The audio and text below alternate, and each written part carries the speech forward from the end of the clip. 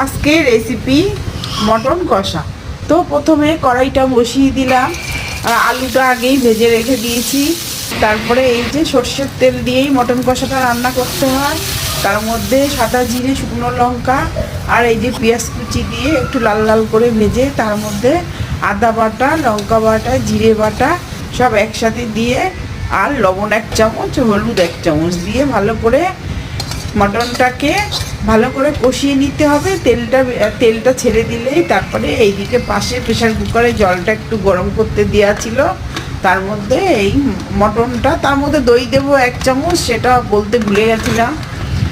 দিয়ে এইবারে প্রেশার কুকারে 8খানা সিটি মেরে দিতে হবে। 8টা সিটি মারলেই মটনটা রেডি হয়ে যাবে। এইভাবে বন্ধুগণ আপনারা মটন কষা বাড়িতে করে খেয়ে দেখবেন। আর আমার রান্নাটি যদি আপনাদের ভালো লাগে তো লাইক, কমেন্ট, শেয়ার, সাবস্ক্রাইব অবশ্যই করুন।